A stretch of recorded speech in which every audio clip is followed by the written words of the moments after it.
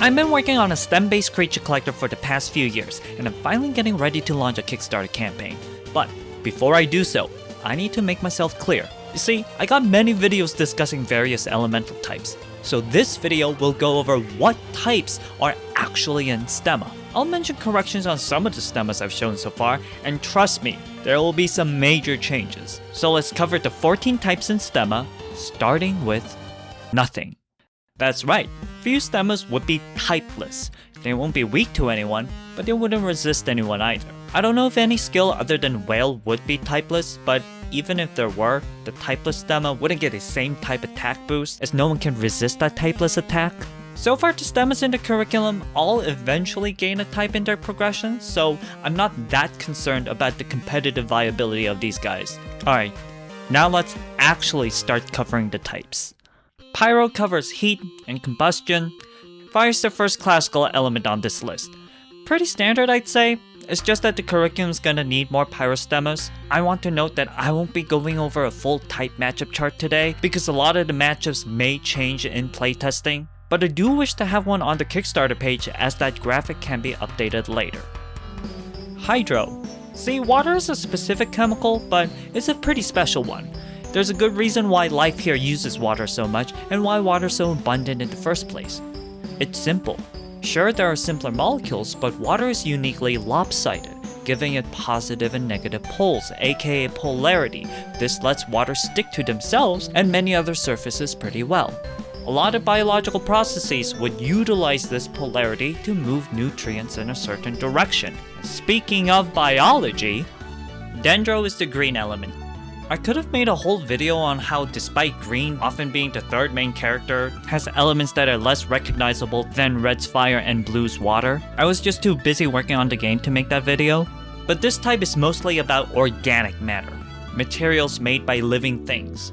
Dendron means tree in Greek, and this could have been called chloro, which is pale green in Greek, but at the end of the day, the Pyrohydrodendro Core had a fun PhD acronym, and I need to make sure that plant stemas aren't bound to this specific type.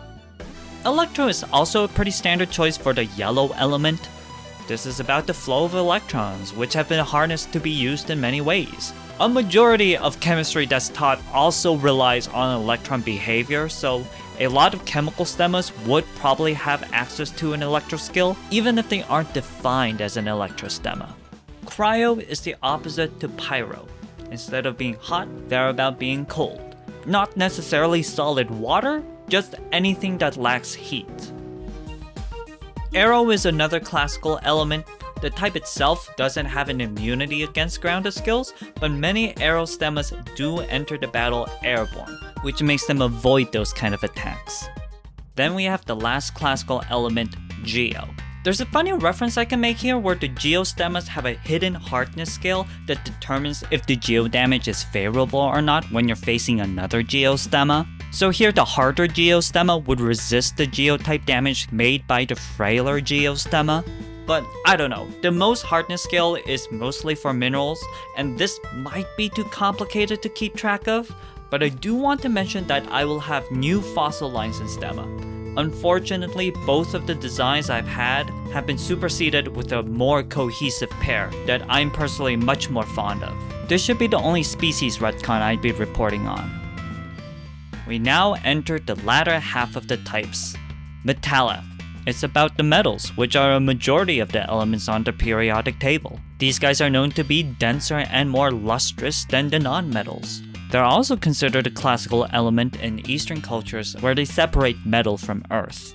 Alright, so here's a big change. Previously I mentioned the polymera type, which was supposed to be about the non-metals. However, there is a lot of overlap between this and the biotic mass referenced in Dendro. So this type is now called lipa, meaning fats. A lot of materials, especially in organic chemistry, are hydrophilic or hydrophobic.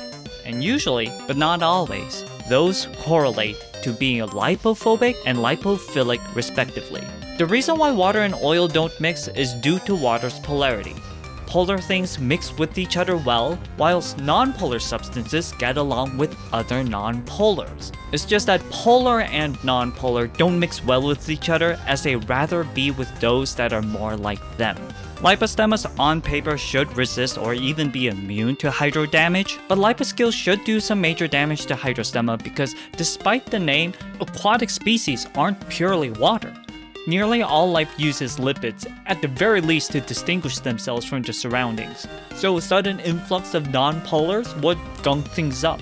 I do have a separate property where few stemmas can be called pure water, where those lines would be immune to Lipa skills, but the exact type matchup would have to rely on some playtesting. Next we got Forta to reflect the physical stats. Damage in Stemma is split between physical and chemical, referencing physical and chemical change. Not every skill may end up matching that physical or change definition, but creative liberties aside, nearly all Forta Stemma would be physically gifted as opposed to their chemical counterparts. Toxic Stemmas are usually chemically strong.